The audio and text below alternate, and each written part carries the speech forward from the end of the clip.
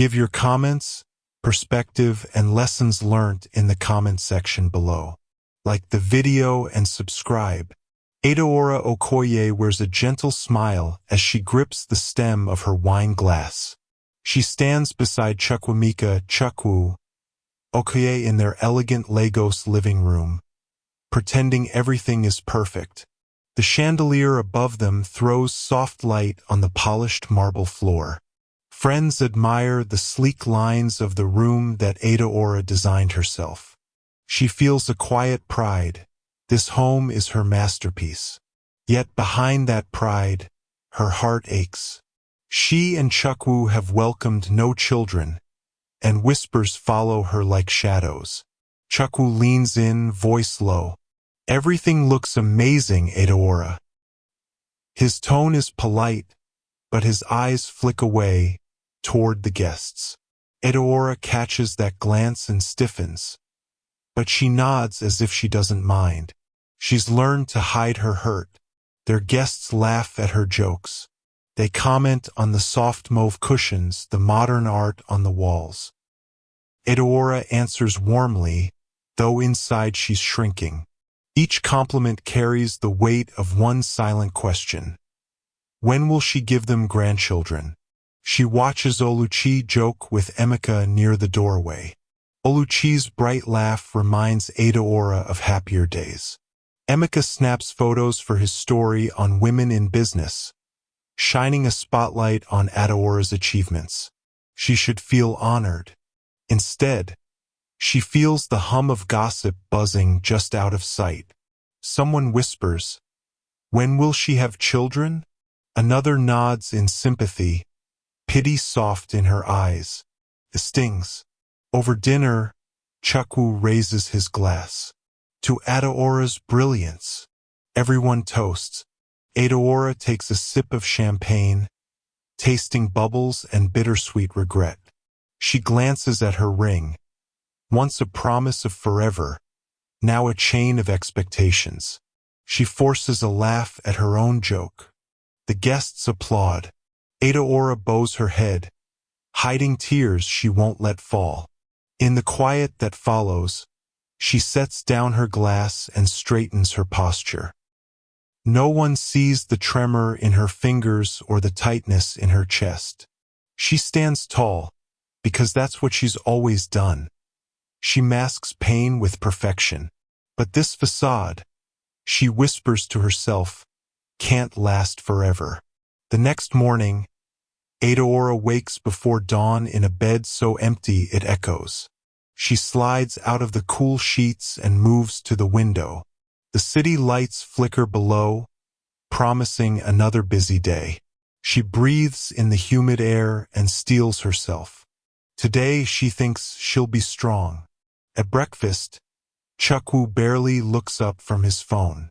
He scrolls through news headlines, nods at the toast she makes him. Adaora pours orange juice, forcing small talk. "You've got that big meeting today?" she asks. He shrugs. "Yeah, busy day." His tone is clipped. She senses a wall rising between them. She hesitates, then reaches out to touch his hand. He almost flinches. Later, in the office that bears her name, Adaora reviews blueprints for a new project. Her firm's first big commission. A women's shelter fills her with purpose. She runs her fingers over the lines she drew late into the night. Each beam, each window is a promise that her life can be more than pain and gossip. Still, she wonders if Chukwu sees that too, or only sees the empty cradle that should have held their child. That afternoon, she meets with Dr. Afani Nwabani for another fertility session. They talk quietly about holistic treatments, acupuncture, herbal supplements, gentle hope. Adaora forces a smile as she lies on the table, clutching the sheet. Dr. Afani assures her that she's not alone, that miracles do happen. She nods, but her chest tightens at the unspoken truth. Every failed treatment shrinks her hope. Back at home, she finds Chukwu in the study, phone pressed to his ear. He paces. "No, I said I want results this week," he snaps. Ada Ora watches from the doorframe. His back is rigid, his voice sharper than she's ever heard. He hangs up, seeing her there. His face hardens. "You should focus on something useful," he says, eyes cold. "Like having a baby." Her heart stops. Those words, so flat, so cruel, cut deeper than any blade. She swallows hard, voice shaky. "I am useful." He just steps past her and shuts the door. The click of the latch echoes in her chest. She stands alone in the hallway, the morning's calm broken, feeling the fracture lines widen between them. The next day, Ada Ora sits in the crisp white office of another fertility clinic. The nurse hands her a paper cup. "First urine sample, please," she says kindly. Ada Ora's hand trembles as she closes the bathroom door. She thinks of all the times she faced disappointment. Today, she tells herself, might be different. She replaces the lid and walks back. Dr. Afani greets her with a soft nod. "Ready?" he asks. Ada Ora forces a nod, sinking into the chair. The room feels too small. As Dr. Afani leaves to fetch her results, Ada Ora's mind races. She sees the empty living room at home, Chukwu's distant eyes, the pity in her friends' faces. She breathes in, closes her eyes, and prays for strength. He returns and sits beside her. "Ada Ora," he begins gently. "The test is negative." His words hang in the air like a guillotine's blade. Ada Ora's breath catches. Her throat tightens. She blinks back tears. He reaches for her hand, but she pulls away. "It's okay," she whispers, though her voice is cracked. "This is not okay." She stands abruptly, knocking her chair back. Her vision blurs with hot tears. She rushes outside, leaning on the cool glass wall, fighting the shame that floods her. Passers-by don't see her. They can't. She hates them all for their lives moving forward while hers stands still. A neighbor smiles as she passes. Ada Ora forces a polite nod. Inside, she's crumbling. That evening at home, she barely eats. Chukwu flicks through channels, not noticing her absence at the table. Ada Ora retreats to her study, flipping through old photos of her family home. She sees Mama Kechi's smile, the Saturdays she spent building treehouses, laughing. She misses that girl, carefree and strong. She misses Mama's voice telling her she could do anything. Ada Ora slams the photo album shut. She won't let this defeat define her. Not yet. With a deep breath, she opens her laptop. She begins drafting plans for a new project, something that will prove her worth on her own terms. Because if she can't build a family today, she will build hope. One blueprint at a time. Ada Ora holds the door frame, heart pounding as Chukwu storms into the living room. His face is red, eyes blazing. She's just returned from another failed appointment with Dr. Afani, news of a negative test still fresh on her lips. She tries to explain, voice soft, "Chukwu, Aya." He cuts her off, voice loud enough to startle the neighbors. "I can't keep living like this," he shouts. "Every time I come home, I see your pitying eyes. I hear the whispers." He grabs a broomstick, the one she uses to sweep the patio, raising it like a weapon. "One more month," he orders, voice cold. "You get this fixed, or I'll show you the door." Ada Ora's stomach churns. She doesn't flinch, though tears flood her eyes. "I've been doing my best," she whispers. "You know I'm trying everything I can." He laughs harsh. "Your best isn't good enough. Society's judgment is crushing me." He points the broomstick toward the front gate. "Mopstick ultimatum, you either have a baby or you leave." Silence. It fills the room like thick smoke. Ada Ora looks at the broomstick, then at Chukwu. She feels her world tilt. The house she designed feels empty, mocking her in its perfection. Guests admired the marble floors and glass walls, but never saw the cracks in her heart.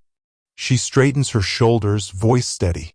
"If my worth depends on a child, then this house isn't mine anymore." She gathers her purse, keys, and the few clothes she brought on her business trip last week. Chukwu watches, arms folded, the broomstick still in his hand. Without looking back, Adaora walks out into the humid Lagos air. The gate clicks shut behind her. Chukwu stands alone in his silent home, the echo of her footsteps hanging in the hallway. She pauses at the curb, breathing in the night sky. The city lights stretch before her like a promise. Her tears fall free, but this time they carry something else: resolve. She may be homeless, but she's not broken.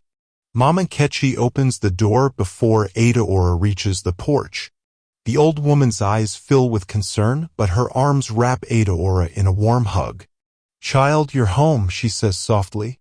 Adaora lets the tears come, shoulders shaking. "Mama," she whispers. He gave me an ultimatum."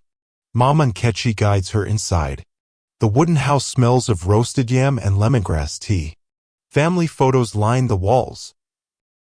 Adaora as a child building toy blocks, laughing under a mango tree. Seeing that girl, carefree and fearless, makes Adaora's heart ache and swell at the same time. They sit at the kitchen table.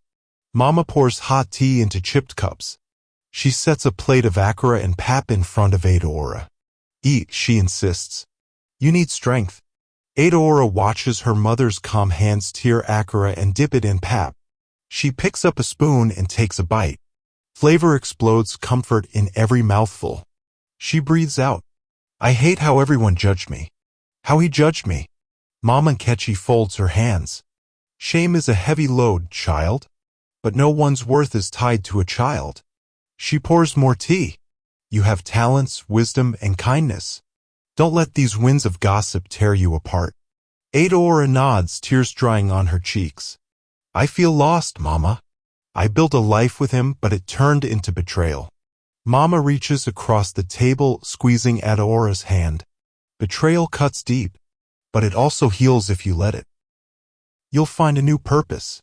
Adaora glances at the old wood beams overhead.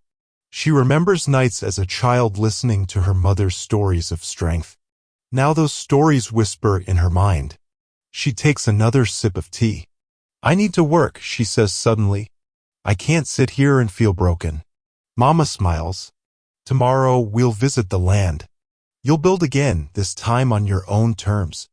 Adaora breathes in the kitchen's warmth, feeling Mother Earth steady her.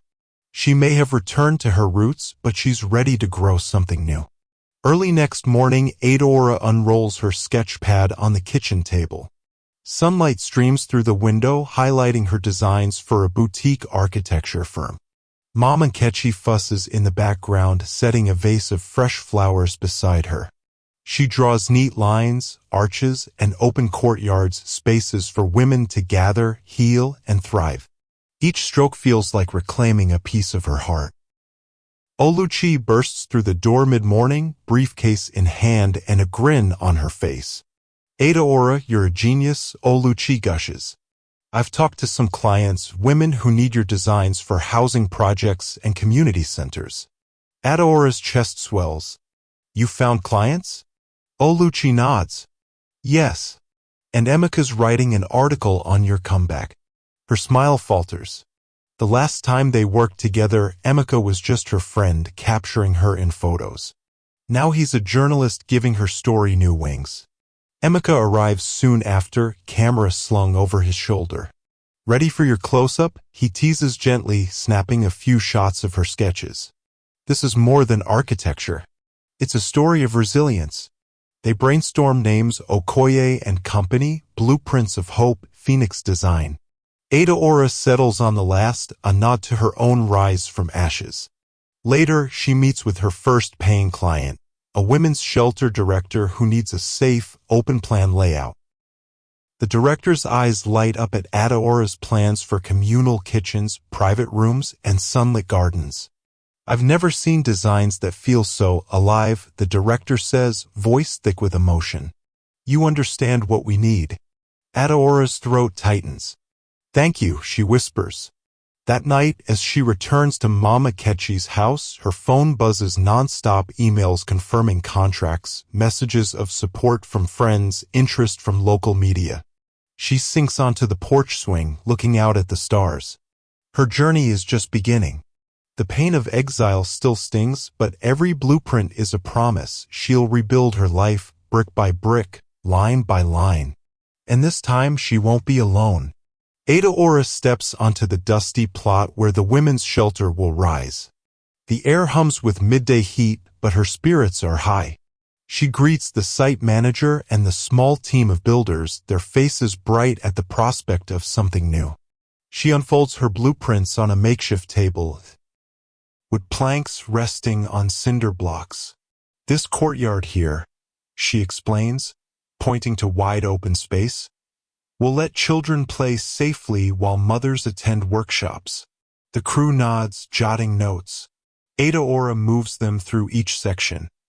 Private rooms with big windows, a communal kitchen cheered by colorful tiles, a roof garden where women can grow vegetables and share stories under the sun.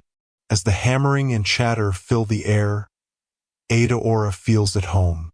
She walks the perimeter, imagining laughter bouncing off the walls, tears wiped away in the healing circles she plans to host. She pictures how the shelter will stand as a refuge against shame and despair, much like she's learning to stand for herself. In the late afternoon, Oluchi arrives with 2 coolers of cold water and snacks. "You're glowing," she teases, handing Ada a bottle. "This place suits you." Ada drinks gratefully, letting the water slip down her throat. "It's more than a project," she says. "It's a new family." As the sun dips low, Emeka joins them, notebook in hand. He asks Ada about her vision. She speaks simply and passionately, describing how architecture can mend broken spirits. Emeka scribbles furiously, eyes shining with respect. "You're changing lives," he tells her. Ada smiles, thinking of Mama Nkechi's words, "Purpose lights the darkest nights." By sunset, the foundation is laid. The shelter begins to rise from the ground like a promise. Ada stands with the team, wiping sweat from her brow. She feels the weight of her past betrayals lift slightly, carried away with the dust on the breeze.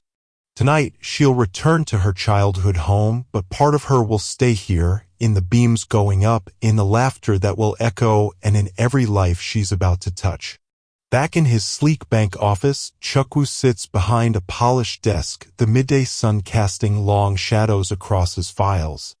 Rumors swirl among his colleagues, whispers about how he treated Ada. Some shake their heads in pity, others eye him with thinly veiled criticism. He can't hide from the echo of his own actions. His assistant clears her throat. "Sir, there's a call from the CEO's office." Chukwu rubs his temples. Every phone ring makes his heart skip. Inside, he feels the hollow crash of regret. He thought driving Ada away would free him from shame. Instead, it followed him like a ghost. Later, he sits alone in the empty boardroom after a tense meeting. Market numbers are good, but he barely hears the praise from his team. His mind replays Adaora's calm departure, the strength in her eyes as she walks out. He realizes he never saw her pain until it was too late. He pulls out his phone and scrolls through old photos, Adaora laughing at a beach barbecue, lighting up the frame, Adaora in her office, proud and confident, Ada standing in a bridal gown, promise and hope shining in her eyes. Each image he tapped away now feels like a dagger. Determined to fix things, he drafts a text, "Can we talk?" But he deletes it before sending. He's not sure she'd want to hear from him. His pride battles his guilt. Pride snaps back, "She left, so she'll have to come back." Guilt whispers, "She's hurting because of you." He locks the phone and stares at the blank screen. That evening, at home, Chukwu flips through news articles. He reads Emeka's article on Adaora's new firm. "She's building more than walls," it says. He feels a pang of admiration. She's turning pain into power. A guilt-stricken jealousy bubbles up. She's thriving without him. He sips his drink, the ice clinking against the glass. The liquor burns, but not as much as regret. He knows he has to try to make amends or risk losing her forever. He pulls out the phone again, hesitates, and finally types, "I'm sorry. I was wrong." His thumb hovers over send, heart pounding. He presses it and watches the message fly into the void. Adaora arrives at Dr. Ifani's clinic for her first holistic therapy session. The waiting room is calm, soft music, gentle light, plants nestled in corners. She sinks into a suede chair, feeling both nervous and hopeful. A nurse offers her a cup of herbal tea. The scent of lemongrass and ginger warms her senses. Dr. Ifani greets her with a warm smile. His office is adorned with cushions, crystals, and framed certificates. "Welcome, Adora," he says, guiding her to a massage table. "Today, we'll start with acupuncture and breathing exercises." Adora lies down and watches as tiny needles are placed at key points on her arms and legs. She feels a light prick, then calm. Dr. Ifani explains how energy flow can stimulate the body's natural healing. Infertility isn't just medical, he says softly. It involves mind, body, and spirit. As the session continues, Adora practices deep breathing. Each inhale brings in strength, each exhale releases fear. She feels tension melt from her muscles, the tight coil of shame loosening inside her. Dr. Ifani talks to her through visualization, imagining life growing within her, seeing two little hearts beating strong. After the needles are removed, Dr. Ifani offers a gentle herbal supplement and instructs Adora on daily yoga stretches. "This is a journey," he says. "Be patient and kind to yourself." Adora leaves the clinic lighter than she has felt in months. She walks through the busy streets of Lagos, sun filtering through leafy boulevards. She thinks of Mama Nkechi's rituals and the shelter rising on its foundation. She thinks of her firm's logo, a phoenix, rising from fire, renewed. That night, she journals by lamplight, recording how her body feels, the gentle hum of hope inside her. She writes, "Today felt like a step toward healing." She closes her notebook and lets herself believe that one day she might hold a child in her arms. Back at Mama Nkechi's house, she shares her day's progress over dinner. Her mother smiles, eyes bright. "You are healing," she says. Adora nods, feeling the truth settle in her heart. The path ahead is unknown, but she's ready to walk it one mindful step at a time. Oluchi bursts through the door of Adora's makeshift office, arms piled with colorful flyers. "Girl, we need sparkle," she exclaims, tossing a stack onto the desk. Emeka follows with his camera slung over one shoulder. "And a story that sings," he adds, grinning. Adora looks up from her sketches, sunlit rooms, open courtyards, and smiles. "What are you two plotting now?" she asks. Oluchi flips through the flyers. "A fundraising gala for your shelter. We'll call it Blueprints of Hope. People will dress up, donate, and see your designs come to life." She gestures to Emeka. "He'll cover it. We'll get sponsors. It'll be huge." Adora's chest flutters. She's touched by their faith in her. "You really think people will show up?" Emeka sets down his camera. "They'll come. They see your talent and your heart. We just need to give them a reason to care." He leans forward. "And we'll tell your story, how you built back from nothing." Later, they sit around a small table scattered with teacups and pastries. Oluchi pours steaming mint tea. "Let's pick a date," she says. 6 we. They talk late into the night, guest lists, caterers, music, a silent auction of art. Oluchi's fiery energy lights up the room. Emeka's steady voice keeps them grounded. Adora feels a buzz of excitement. This gala isn't just for funds, it's a statement. She's rising and she's not alone. As they wrap up, Emeka clicks a final photo. "Perfect," he says. "This is the shot for the article teaser." Oluchi gathers her things. "We'll make this a night to remember." Adora watches her friends leave, heartful. She sits back, hands folding in her lap. The office may be a corner of Mama Nkechi's porch for now, but soon it will be the headquarters of a movement. Alone, she closes her laptop and breathes in the night air. She thinks of the shelter's empty rooms waiting to be filled. She thinks of the women who'll find safety there. And she thinks of the gala, light, music, laughter, all built on the foundations of friendship and faith. Mama Nkechi hums softly as she sets up a small altar in the backyard, candles, cola nuts, fresh yams, and a carved wooden fertility statue. Fireflies flit through the warm night air. Adaora steps outside, dressed in white. She feels a flutter of nerves mixed with hope.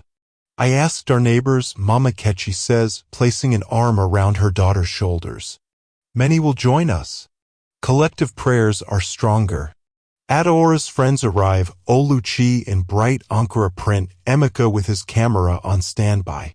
Some neighbors bring bowls of blended herbs, others carry traditional drums. Adaora sees Dr. Afani approaching, hands folded respectfully. They form a circle around the altar as Mama Ketchi begins chanting in Igbo. The languages roll over Adaora's skin like gentle waves. Drums beat softly, voices join the chant. Adaora closes her eyes, feeling the rhythm in her chest. When the chant pauses, Mama Ketchi holds out a kola nut. Break this, child, for new life. Adaora accepts it with trembling fingers and snaps it in two. She tastes the bittersweet flesh and smiles. Neighbors call out blessings. May you be showered with twins. May your womb be fertile like the earth. Adaora laughs through tears, heartwarm. Dr. Afani steps forward with a small vial of herbal tincture. Take this 3 mornings, he instructs, along with your acupuncture. As the ritual continues, Adaora feels her spirit lift. She remembers who she is, strong, loved, worthy. Oluchi claps as the final drumbeat fades. Emeka snaps photos, candles glowing, faces uplifted. Under the lantern light, Mama Ketchi looks at Adaora. Trust the journey, she says softly. Miracles happen when we believe. Adaora nods, wrapping an arm around her mother. She glances at Dr. Afani, who gives her an encouraging smile. She looks at Oluchi and Emeka, friends who've built her back up. That night, as she drifts to sleep, Adaora's dreams are bright. Flowers bloom across a field. 2 tiny footprints appear in the soft earth. She wakes before dawn with hope buzzing in her veins. The ritual's power lingers in her heart. Sunlight streams through the curtains, but Adaora wakes with a weight on her chest. The memories of last night's ritual feel distant now. She lies still, listening to the hum of Lagos traffic outside. Doubt creeps in like an unwelcome guest. She rises and moves to her sketchpad. The lines blur before her eyes. What if nothing changes? She thinks. What if I keep failing? That afternoon, she meets Dr. Afani in his clinic. He places a comforting hand on her arm as he shows her acupuncture points. How are you feeling? He asks gently. Adaora forces a smile. I'm fine. But her voice cracks. I'm scared. He nods. Fear is part of the journey. It doesn't mean you're failing. He adjusts a needle behind her ear. Trust yourself. Trust your body. Afterward, Adaora steps into the busy street, her head heavy. She bumps into Oluchi, who frowns. You look gray, Oluchi says. Talk to me. They sit at a roadside cafe. Adaora stirs her ginger tea. I'm worried I'll let everyone down, she admits. Oluchi reaches across the table. You won't. You've come so far. Emeka joins them, news clipping in hand. People are talking about you, good and bad. Some say you're desperate, some say you're brave. Adaora sighs. I can't control voices in my head or gossip on the street. Emeka slides the clipping across. It's an online comment. Who does she think she is? Adaora's heart tightens. That night, she dreams of empty rooms and shadowy figures whispering. She wakes drenched in sweat, hands trembling. She presses a hand to her belly, empty for now, but it aches with longing. She texts Dr. Afani, I need reassurance. He replies almost immediately, come by tomorrow. We'll talk. Lying back down, Adaora breathes deeply. Doubt may cast its shadow, but dawn always follows night. She closes her eyes, willing herself to believe that the light will break through. Emeka sits at his cluttered desk, eyes glued to the glowing screen. He's finishing the article on Adaora's rise, her shelter, her new firm, her spirit unbroken. He types the headline, From Heartbreak to Hope, How Adaora Okoye is Rebuilding Lives. As he writes, he can't shake a strange feeling. An anonymous tip promised a twist in Adaora's story. He wonders if now's the time to include it. That evening, Emeka meets Adaora at a cafe near the shelter site. She waves, cheeks flushed with excitement. "Is it done?" she asks, sliding into the seat across from him. Emeka hands her the printed draft. "Read this." Adaora scans the pages, her speech at the gala, quotes from Dr. Afani, words of praise from the shelter director. Her eyes widen at the anonymous pen name in the byline. "A friend." "What's with a friend?" she asks, eyebrow raised. Emeka hesitates. "I got a note this morning. It said you should know the full story behind your exile. I thought you might want to see it." Adaora frowns and flips to the passage. It hints that Chukwu's ultimatum wasn't just his own shame, but part of a deeper family secret, a curse whispered by his grandmother, passed down through generations of Okoyes who couldn't bear children. Adaora reads, "They say Chukwu was haunted by old rumors, and when he blamed you, he blamed the past he feared." Her heart thuds. She's never heard of this curse. "Where did you get this?" she asks quietly. Emeka shrugs. "The note came with no name. Just said you deserve to know why he broke you." He watches her brow crease. The cafe grows quiet around them. Adaora sets the article down. "A curse," she whispers. Her mind spins superstition or truth. She thinks of Mama Nkechi's rituals, of Dr. Afani's holistic methods. Could there be something to it? Emeka places a gentle hand on hers. "I didn't include that part in the published version yet. I wanted you to see it first." Adaora looks up, eyes fierce. "I need to know more." She folds the pages carefully. "Can you find out who sent it?" Emeka nods. "I'll ask my contacts." Adaora breathes out, mind racing. A new mystery has slipped into her life, and she's determined to solve it. Tonight, she'll call Mama Nkechi about old family stories. Tomorrow, she'll dig deeper, because this story isn't just about her design. It's about uncovering the truth hidden in the shadows. Chukwu stares at the dark street through his office window, late into the night. The glowing city below reminds him of everything he's lost.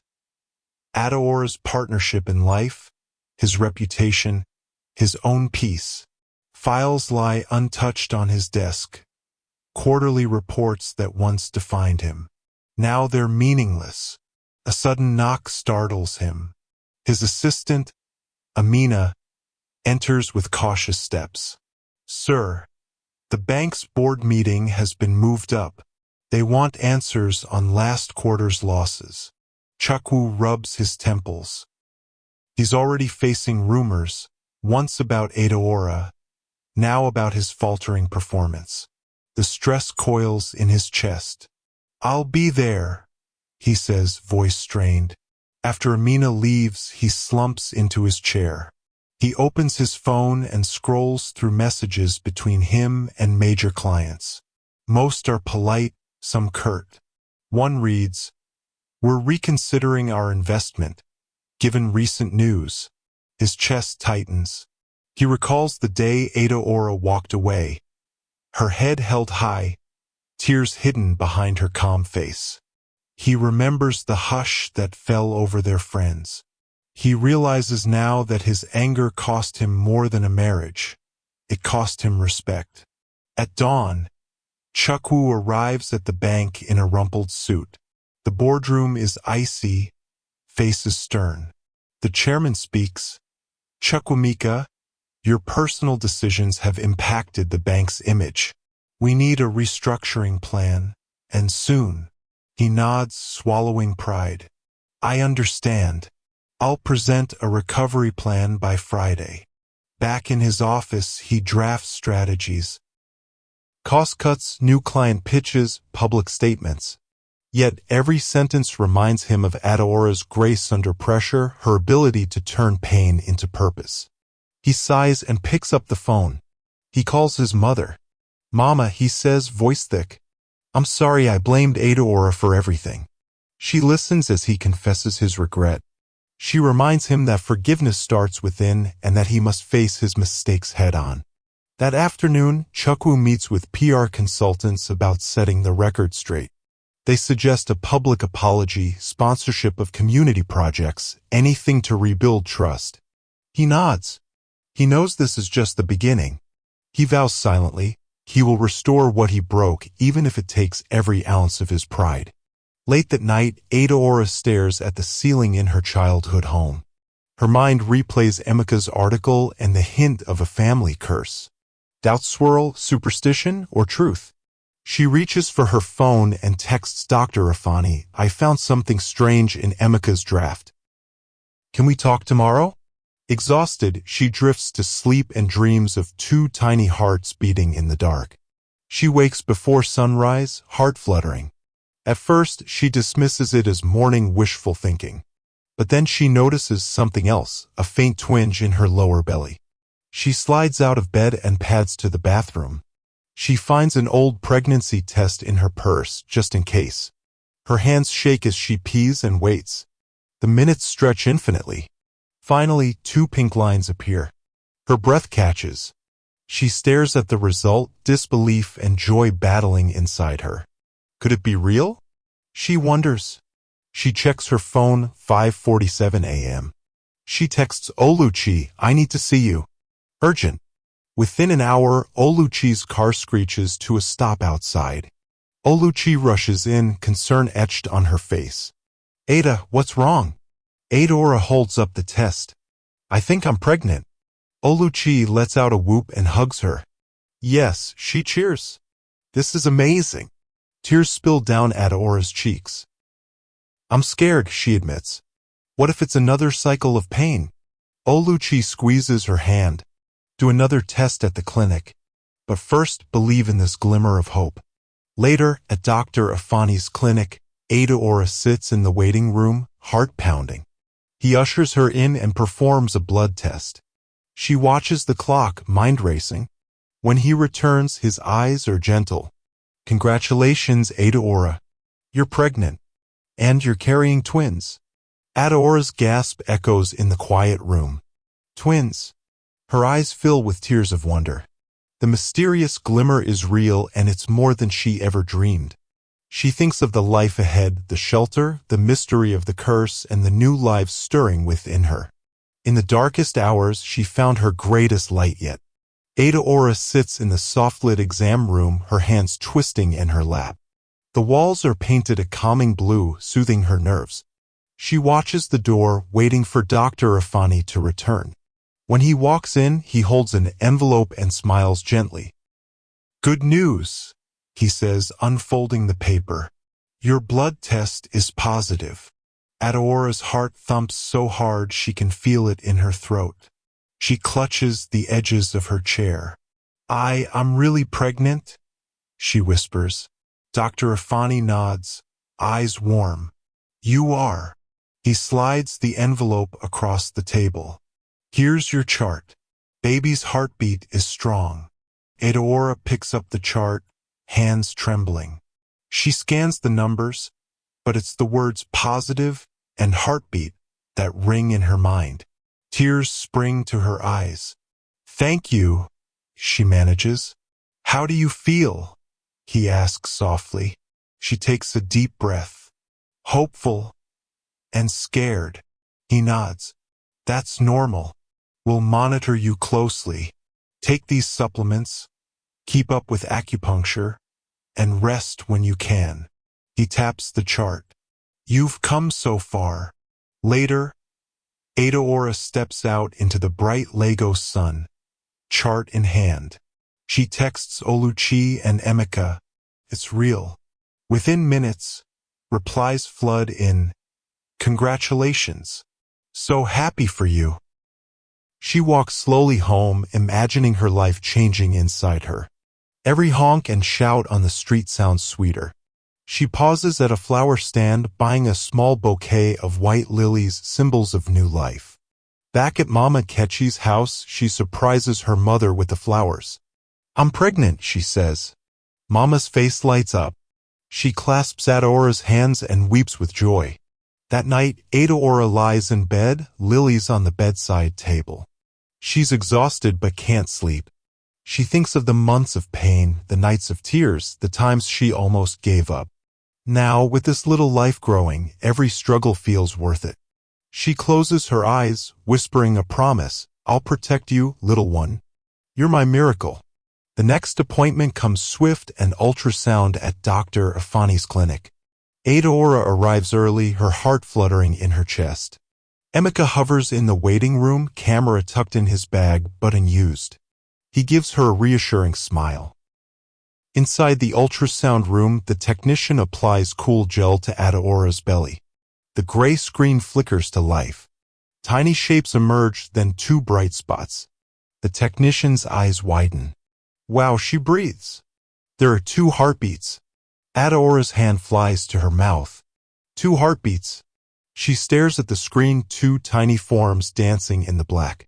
Joy and shock swirl in her chest. Twins, she says, voice trembling. The technician nods, her tone gentle. Yes. Identical or fraternal, we'll see later. For now, 2 healthy babies. She points to each flicker. Let me show you. Dr. Afani steps in. His smile reaches his eyes. Congratulations, Adaora. Twins. Your body is stronger than you knew. Tears fall freely now. Adaora squeezes the side of the table. I don't believe it. He places a hand on her shoulder. You're not alone in this. We'll guide you every step. Outside, Emeka embraces her. Oluchi and Mama Nkechi arrive moments later, rushing into the lobby. When Adaora shares the news, there's a collective gasp and then laughter, tears, and cheers mix in the small room. Later, they gather at a nearby cafe. Oluchi raises her glass of juice in a toast. To mother of twins, she declares. Mama Nkechi tucks a strand of hair behind Adaora's ear. Double blessings, she says, eyes bright. Emeka takes notes quietly, but his smile says it all. This is your biggest story yet, he murmurs. Adaora cradles her belly, feeling 2 tiny kicks, proof of the miracles within. Fear remains, but it's drowned out by wonder. She realizes that this twist is more than she ever dreamed, not 1 life, but 2.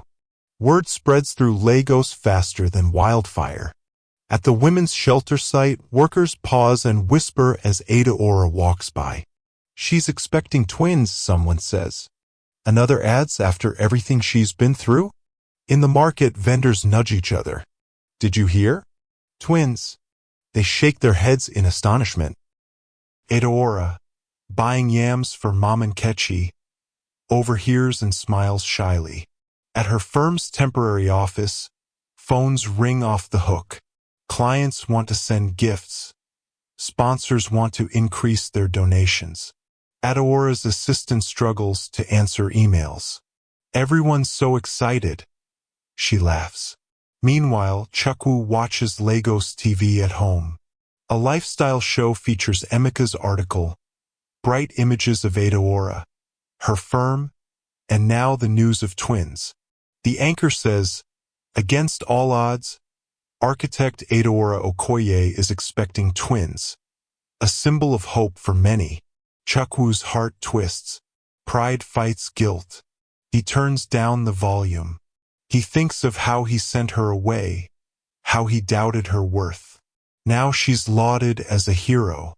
Through the day, social media buzzes. Hashtag Adaora Twins, hashtag Blueprints of Hope. People share the story, tagging friends. This is the comeback we needed. That evening, at the shelter's foundation meeting, donors applaud Adaora. She steps to the podium, hand on her belly. She feels every eye on her and every heartbeat within her. Thank you, she begins, voice steady. Your support means the world.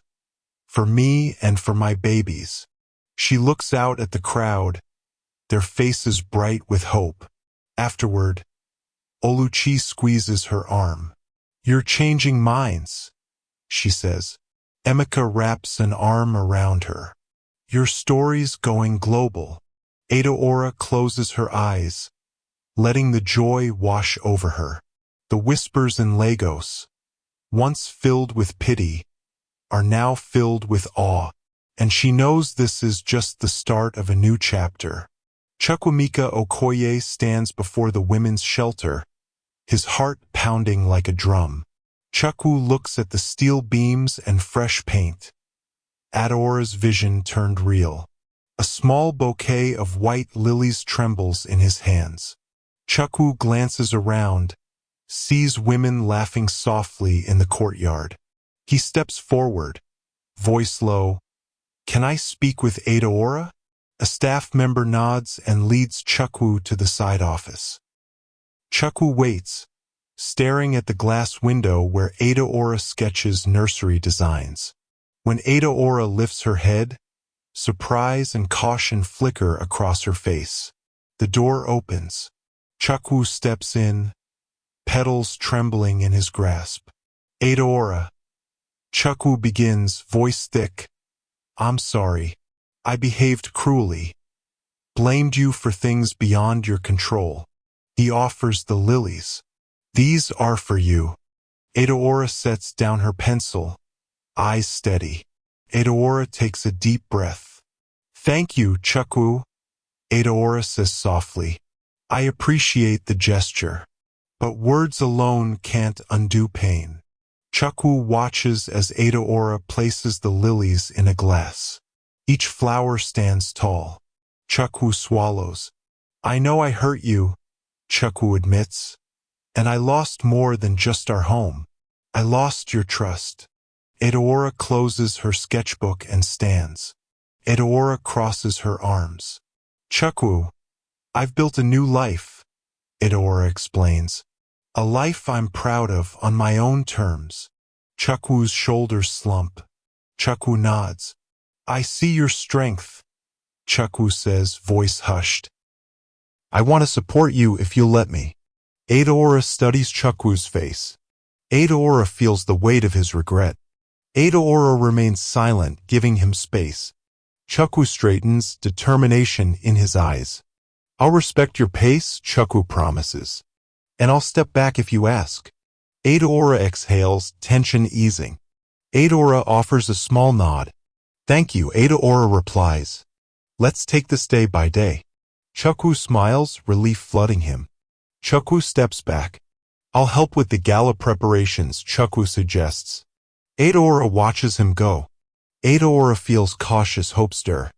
The door closes gently behind Chukwu, leaving Adaora alone with her lilies and the possibility of a new beginning. A week later, Adaora stands in the shelter's courtyard at sunrise, sipping ginger tea. Adaora watches volunteers hang lanterns for the upcoming gala. Birds chirp overhead, carrying soft promise. Adaora's phone buzzes, a text from Chukwu, "I'm here if you need me." Adaora texts back, "Thank you. I'll let you know." Adaora sets her cup down and moves to the nursery corner. Children's toys wait for finishing touches. Adaora runs her hand along a wooden rocking chair. Later, Chukwu arrives with paint cans in hand. Chukwu F. "Cool. Let's paint," Adaora agrees. They start painting, soft strokes of pastel blue and pink. Silence falls between them, comfortable but cautious. Adaora breaks it. "I've set boundaries," Adaora says. "No talking about the past unless I bring it up." Chukwu nods. Chukwu dips his brush in color. "Understood," Chukwu replies. "I'm here to help, nothing more." Adaora paints a dove's wing. Adaora turns to Chukwu. "Thank you." Chukwu paints next to her, mixing shades carefully. Chukwu speaks quietly. "I've faced consequences, at work and at home. I've learned respect and humility." Adaora listens, watching Chukwu's steady progress on the wall. Adaora feels a seed of forgiveness sprout, soft and tentative. When the mural is done, two wings join to form hearts.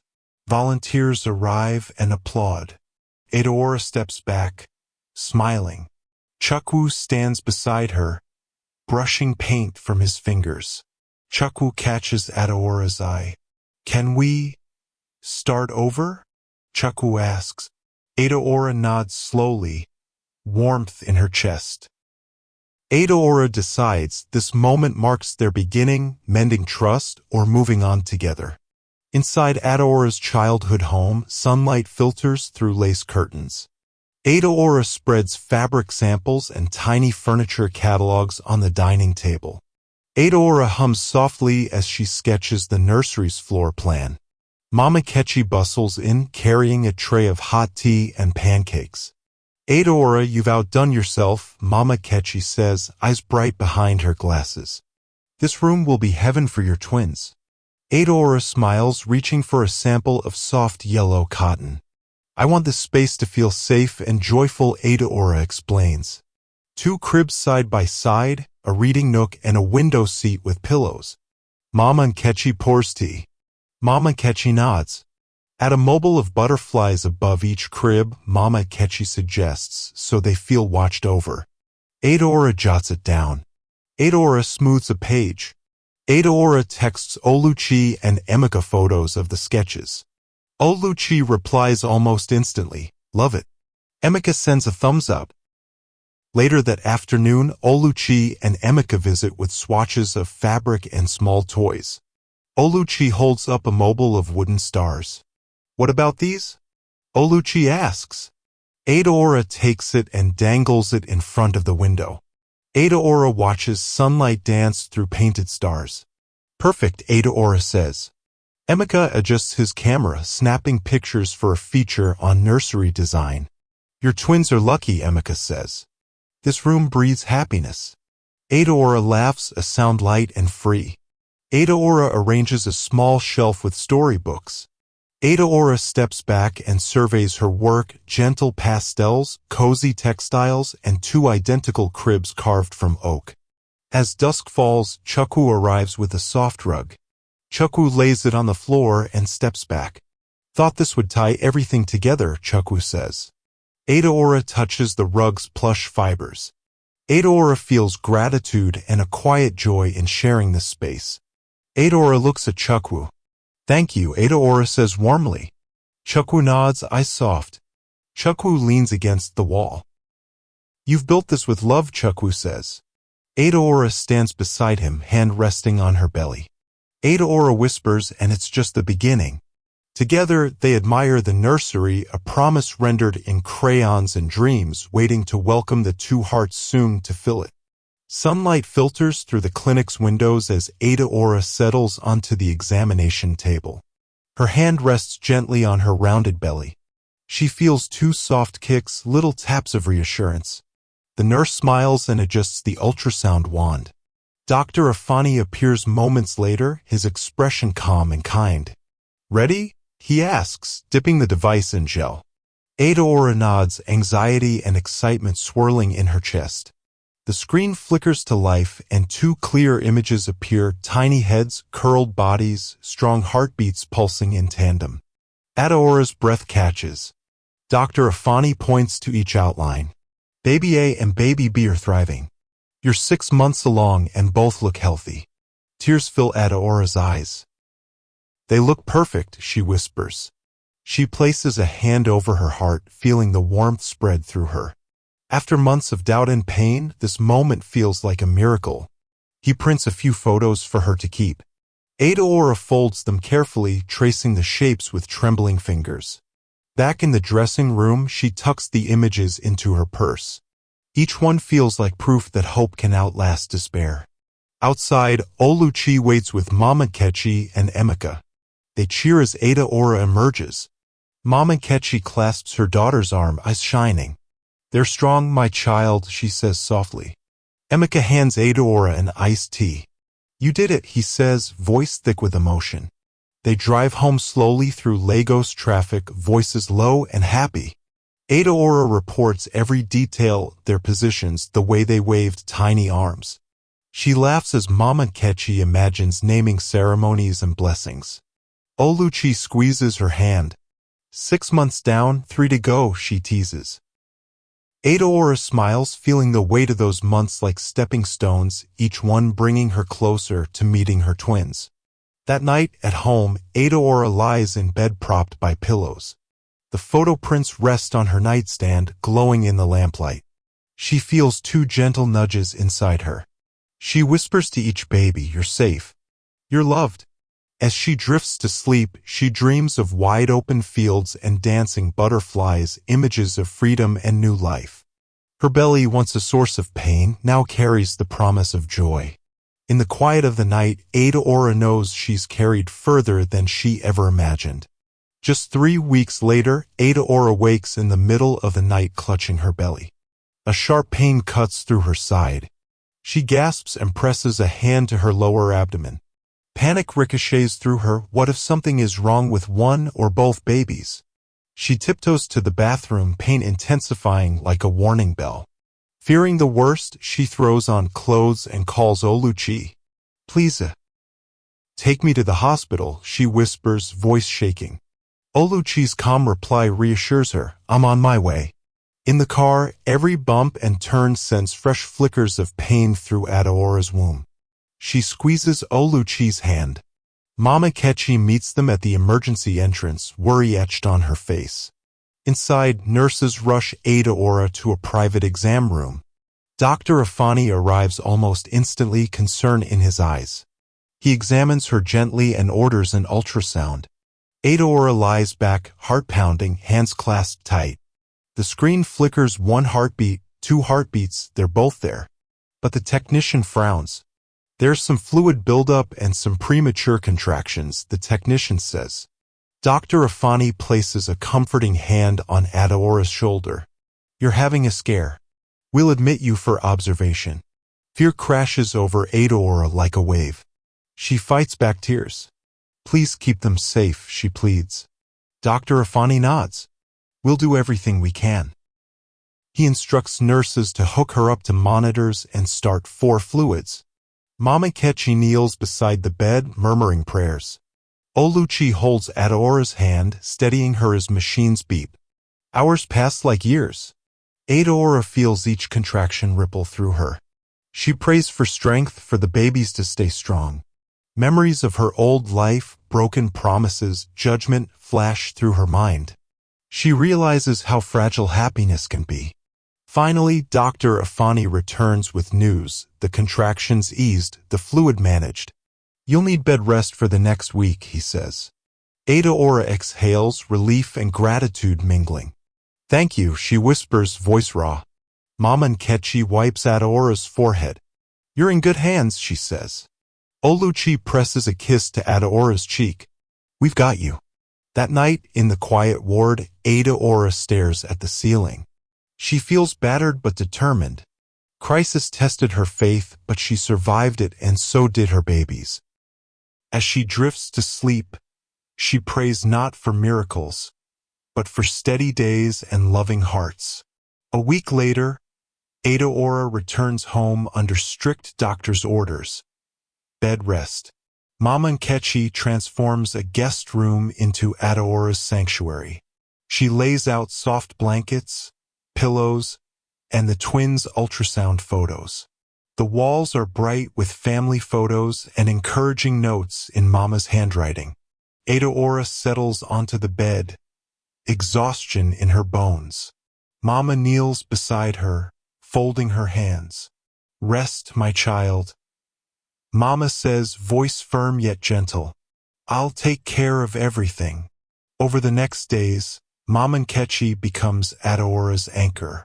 She brings warm meals, pepper soup for strength, jollof rice for comfort. She rubs Adaora's feet, whispers soothing words when pain flares. Mama chants blessings over Adaora's belly, her voice steady like the earth. When Adaora's spirit wanes, Mama shares stories of strong women in their family. Grandmothers who weathered storms, aunts who raised children alone. Each tale is a spark of courage. "You come from strength," Mama says. "Your twins will know that." Oluchi visits daily, reading letters of support from friends, delivering magazines, and gossiping about gala plans. Emeka sends audio clips of lullabies, which Mama plays softly on a small speaker. The room hums with love and life. One afternoon, Adaora grows anxious. An ache in her side reminds her of the hospital scare. Tears prick her eyes. Mama squeezes her hand. "Trust your body," she says. "Trust your babies." She fetches a hot water bottle for comfort and adjusts Adaora's pillows. "You're not alone." During this time, Adaora discovers a new depth in her mother's love. Mama's strength isn't loud, it's steady, consistent, and unwavering. It reminds Adaora that family is more than blood, it's the hands that hold you when you break. As days pass without another scare, Adaora's confidence returns. Each gentle kick reminds her of tomorrow's promise. She practices breathing exercises from Dr. Afani, guided by Mama's calm presence. By the end of the week, Adaora sits up straighter, color returning to her cheeks. She thanks her mother, voice full of gratitude. Mama merely smiles. "We're a team," she says. In that little room, surrounded by photos and prayers, Adaora learns that true strength isn't about perfection, it's about leaning on those who love you, sharing burdens, and rising again together. And with Mama by her side, she knows she can face anything the world throws at her.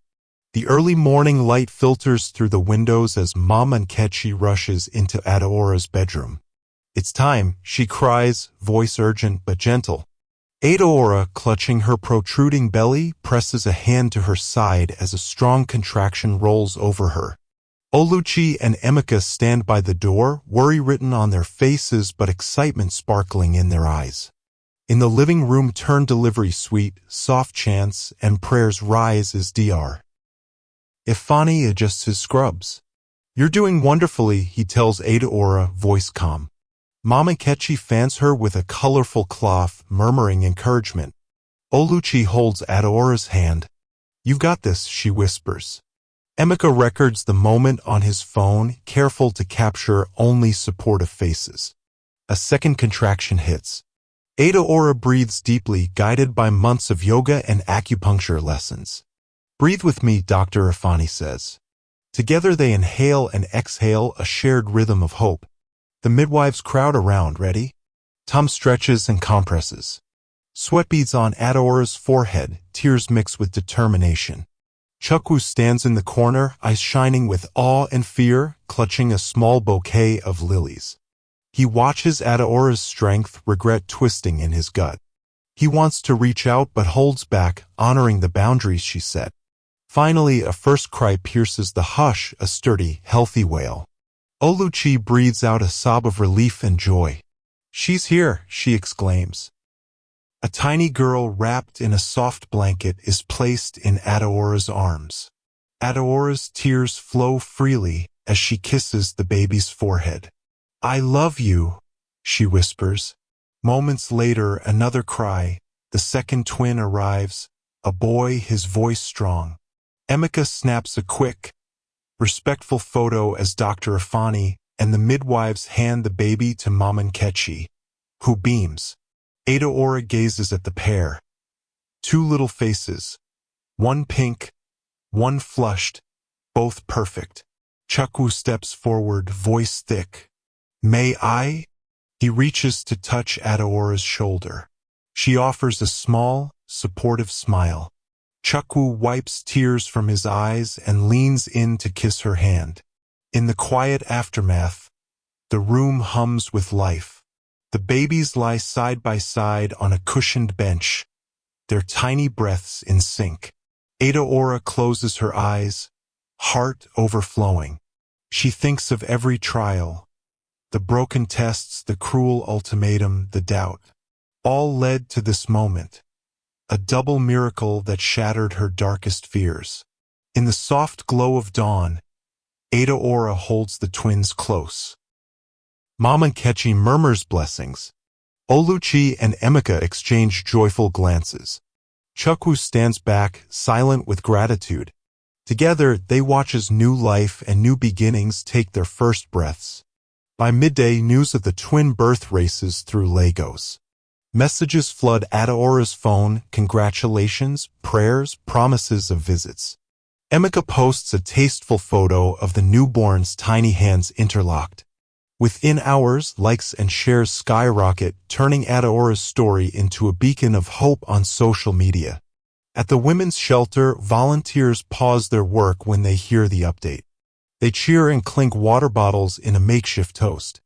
The mural of doves gleams in the sunlight, a symbol of peace now backed by real-life joy. The shelter director orders snacks to celebrate. Word spreads that Adaora and her twins will visit later this week. Back at home, Oluchi and Emeka set up a small welcoming corner, pastel balloons, framed ultrasound images, and gift baskets for the babies. Mama Kechi cooks a feast of jollof rice and fried plantains. The table groans under the weight of love and food. Chukwu arrives with a carefully wrapped present, traditional baby clothes and embroidered caps. He hesitates at the door, taking in the bustling scene. Adaora spots him and waves him in. He steps forward, placing the gifts next to the baby's corner. His eyes meet Adaora's. No words are needed, this piece is their best gift yet. That evening, Emeka records interviews for his next article. He asks Adaora about her journey. She smiles, holding both twins. They're proof that hope never dies, she says. Her voice wobbles with emotion. The camera captures every nuance, the twins' soft breaths, Mama Kechi's proud gaze, Chukwu's reverent nod, Oluchi's supportive grin. As dusk falls, Lagos lights twinkle beyond the windows. Visitors linger, offering prayers, advice, and more gifts. The laughter and chatter fill the air. Adaora looks at Chukwu and Mama, friends and family woven into a new tapestry of love. She thinks of the narrow path she walked, heartbreak, exile, healing, and marvels at how far she's come. In the quiet corner where the twins sleep, Adaora whispers, "Welcome to the world, my loves." The tiny hands twitch as if in answer. All around her, the community embraces this miracle. The aftermath is more than celebration, it's proof that miracles can spring from the deepest pain. A week after the twins' birth, Chukwu receives a summons from his bank's board. His reputation has plummeted alongside his performance. Rumors of his cruel treatment of Adaora shook investors' confidence. As he walks into the boardroom, he feels the weight of every mistake he's made. The chairman's voice is grave. "Chukwemeka, your personal life has affected the bank's image. We need decisive action." Other board members nod. Chukwu swallows hard, heart pounding. He stands, voice steady though inside he trembles. "I understand. I'll donate a substantial portion of my bonus to community projects, including women's shelters. I'll also take a leave of absence to focus on personal growth." Silence follows before the chairman allows a small nod. That's a start. Chukwu exits, chest tight. He knows the public apology and financial restitution are just the beginning of redemption's price. Outside, reporters wait. Cameras flash as he steps forward.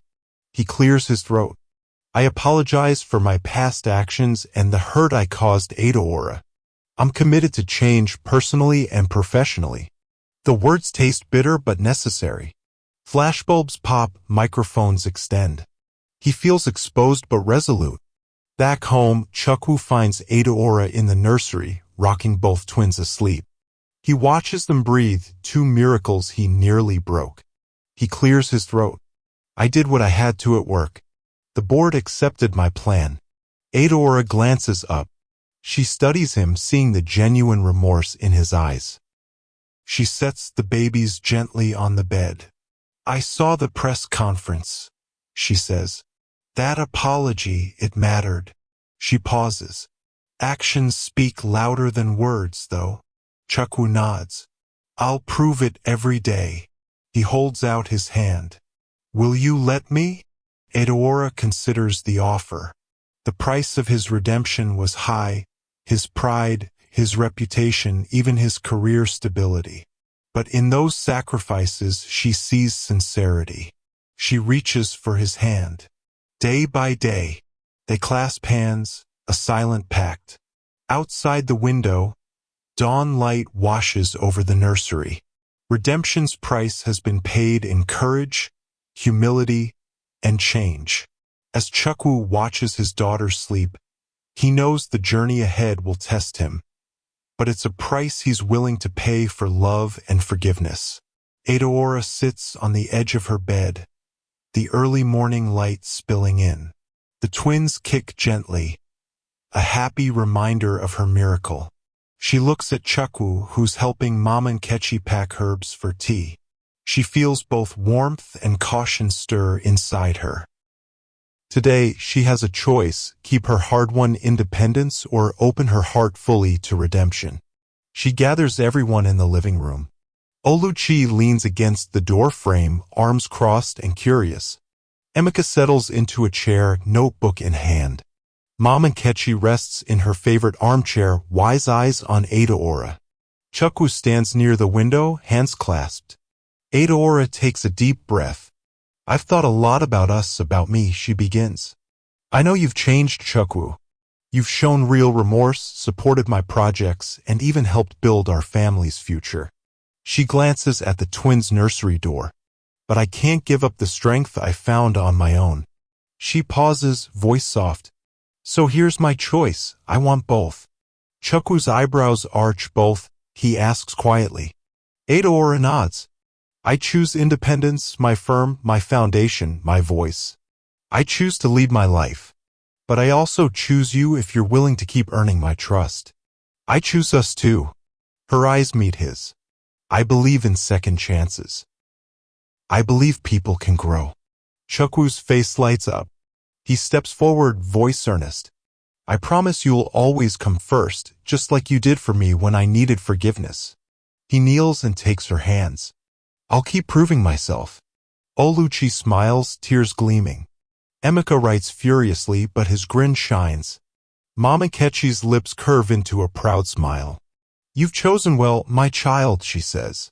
Strength and love can walk together. Edaora exhales, relief flooding her. She leans into Chukwu's embrace. He wraps his arms around her, careful and reverent. The twins stir inside as if cheering their mother's decision. Later, as the sun climbs higher, Edaora stands by her desk and writes in her journal, Today, I chose both my independence and my love. My heart is whole. She closes the book, ready to step forward, stronger, wiser, and open to whatever tomorrow brings. Weeks later, Edaora stands at a small podium in the brightly lit hall of her new foundation launch, Sunrise Sanctuary. A center for women facing infertility. Banners with her Phoenix logo hang behind her. Dozens of guests fill the chairs, architects, doctors. Edaora clears her throat. Welcome to Sunrise Sanctuary, she says, voice steady and warm. This space isn't just bricks and beams. It's hope made real. She glances at Dr. Afani in the front row, who nods encouragingly. She tells her story of exile, healing, and miracle, from the bobbing heads before her to the tiny kicks she feels. She speaks plainly with the same simple words that guided her through hardship. If I'd given up on hope, she says, I'd never be here. The crowd hushes, listening to every tender syllable. After her speech, visitors tour the center, a meditation room, therapy offices, group circles under a large skylight, and a warm lounge for storytelling. Oluchi chats with a lawyer client about support groups. Emeka records interviews asking women to share their journeys. Mama Nkechi pours tea in the kitchenette, offering blessings in hushed tones. Chukwu arrives carrying 2 small potted plants. He places them by the entrance, symbols of growth and new life. He stands beside Edaora, pride shining in his eyes. They exchange a look that says more than words. They're partners in every sense now. By evening, the launch winds down in laughter and applause. Edaora thanks her friends and family. She thanks each woman who steps forward to hug her, sharing tears and smiles. The last guest leaves with a care package and renewed hope. Later, in the quiet center, Edaora turns off the lights one by one. She touches each room, a final blessing. In the meditation room, she writes, Miracle Lives Here, on the chalkboard wall. She closes the door and stands in the hallway, heartful. New beginnings aren't simple, she knows, but with love, community, and unwavering hope, they're possible. Months later, Adaora walks through the finished women's shelter she designed, the very place that launched her comeback. She's dressed in a flowing dress that matches the soft pastels on the walls. Twin strollers rest beside her. Ife and Chidima, now chunky with baby laughter, giggle at the patterns on the rug. She reaches the main hall where Mama Kechi, Dr. Afani, Oluchi, Emeka, and Chukwu wait. The morning sun streams through the large windows, lighting up the dove mural. The shelter's residents and their children gather in a semicircle, faces bright with hope. Adaora takes the microphone. This place started as a dream in hurt and exile, she says, voice resonant. But it became reality because of all of you, because love, strength, and community work together. She holds up Ife's tiny hand, then Chidima's. The crowd ahs and claps. Tears fill her eyes. She thinks of every chapter, the perfect facade, the fracture lines, the Mopstick ultimatum, the healing paths, the miracle of twins. Each step brought her here. Chukwu steps forward and bows slightly. Thank you for showing me what truly matters, he says warmly. Together, we've learned that family isn't just blood. It's the people who stand by you. He kisses Adaora's hand. Mama Kechi places a hand on Adaora's shoulder. You've come full circle, she says. You built walls that heal wounds. You healed yourself. She beams. Oluchi and Emeka smile. Emeka raises his camera for one last shot, capturing Adaora and her twins at the center of a circle of support. As they pose, Adaora's heart swells. This moment is the proof pain can become purpose, betrayal can become trust, and exile can lead to home. Adaora looks over at the shelter's residents, women finding strength just as she did, and feels a deep kinship. Give your comments, perspective, and lessons learned in the comments section below. Like the video and subscribe.